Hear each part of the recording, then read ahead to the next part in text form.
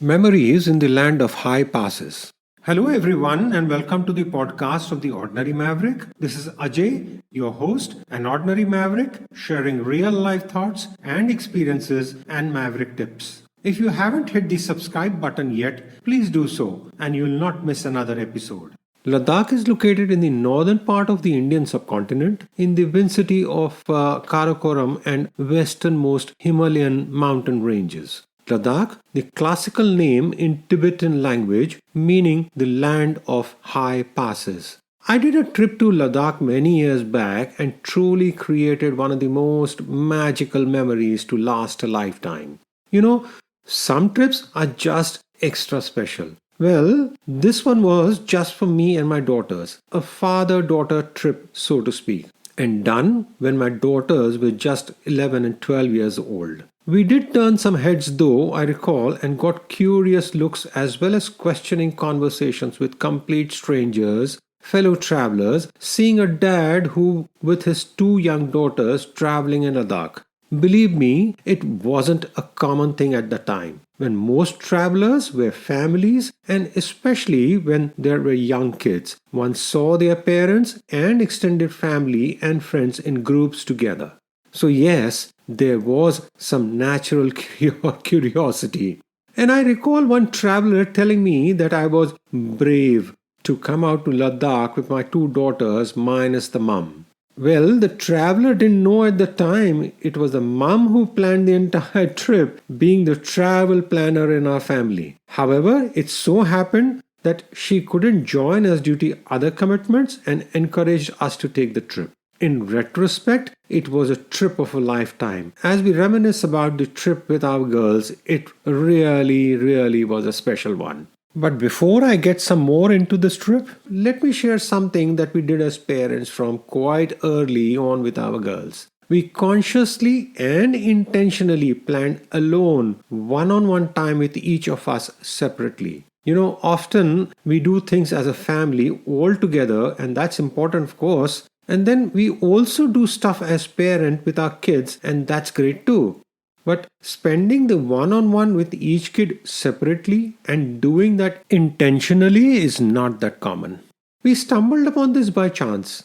With our working schedules and managing different commitments, we found ourselves in these situations and then thought, why not do it purposefully and not just because you have to drop a kid to class and land up spending time with them. So we set aside Sundays and I went out with one daughter while my wife went with the other. We did fun things and basically took the lead from our daughters as to how they would want to spend the time. Later, when my wife and I would exchange notes, it was very interesting to see how the girls articulated and chose activities with each of us, including what we ate, where we went, the conversation, etc. etc.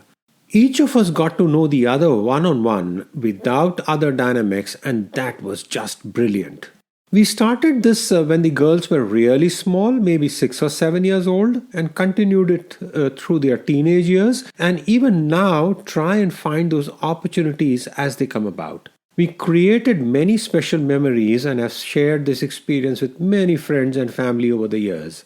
Trust me, if you haven't done this, find time and do so. Spend one-on-one time with the kids and you'll feel the difference. And of course, there was a competition of sorts. A fun one anyway, as to who had the better time. But all said and done, these are the special memories we create in our lives, and it brought the four of us together in a much stronger way.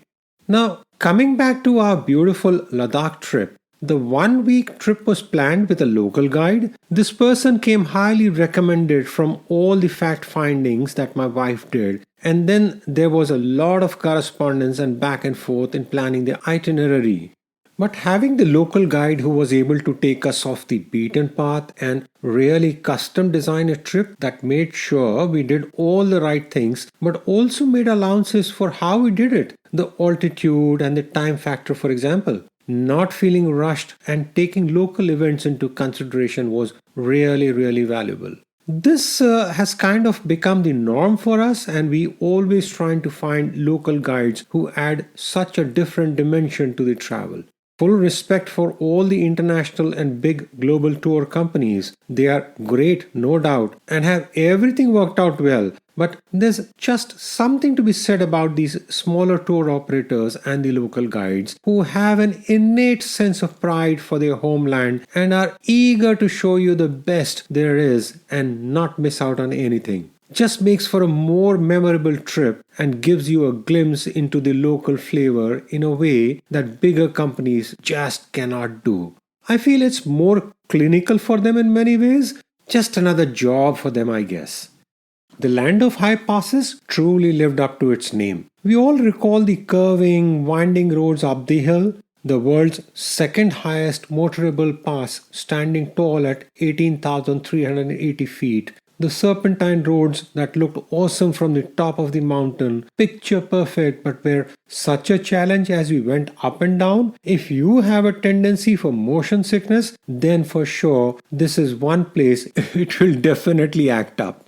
It did for us. But despite all of that, it was well worth it.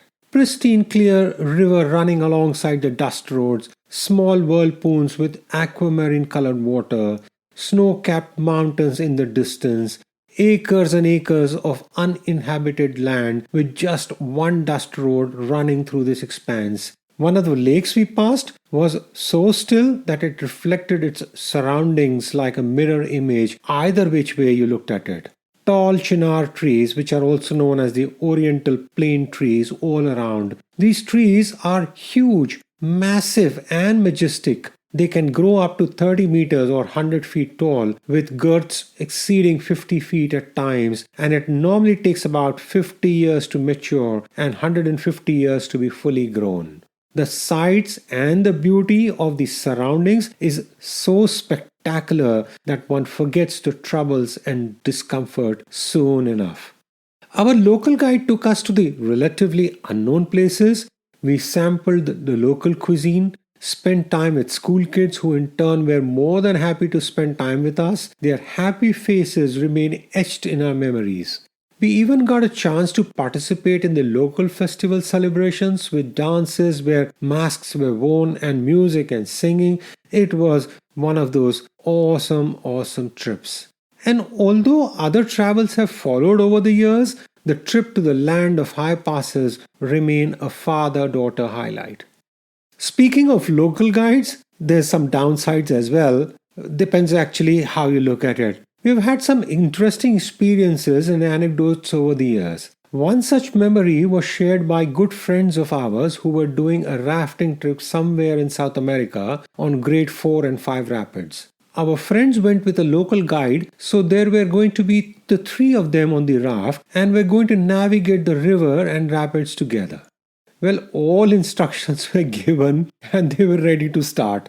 On the first rapid itself, lo behold, the person who is most knowledgeable, our dear guide, is the one to fall off. Such is the unpredictability when you navigate a river and rapids. Anything can happen. Imagine the horror and sinking feeling that our friends experienced as they continued down the river, as once you're in the flow, you really can't stop. With the guide signaling to them that keep going with a thumbs up sign that he's okay and as he has found his way out of the river, and now our friends had to do this entire trip, including navigating all the rapids all by themselves.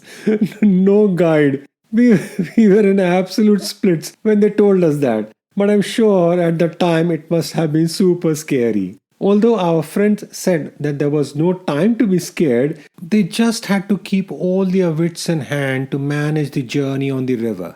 They did complete the trip without any further mishaps, and the guide was waiting for them at the other end. Lots of kudos and backslapping followed, and till date our friends feel that this was one of their best trips that they have done. So yes, there are some fun experiences and not so common ones that will happen if one goes with the local route. Less likely to happen with bigger tour companies, but then that's what the Maverick travel spirit is all about, right folks? We had a similar experience in the city of Dhaka too, in Bangladesh. Saw the city with a local guide, and at one point we seemed to be stuck in traffic. You might have heard the notorious reputation of traffic in Dhaka perhaps. can take hours and hours to get from point A to point B.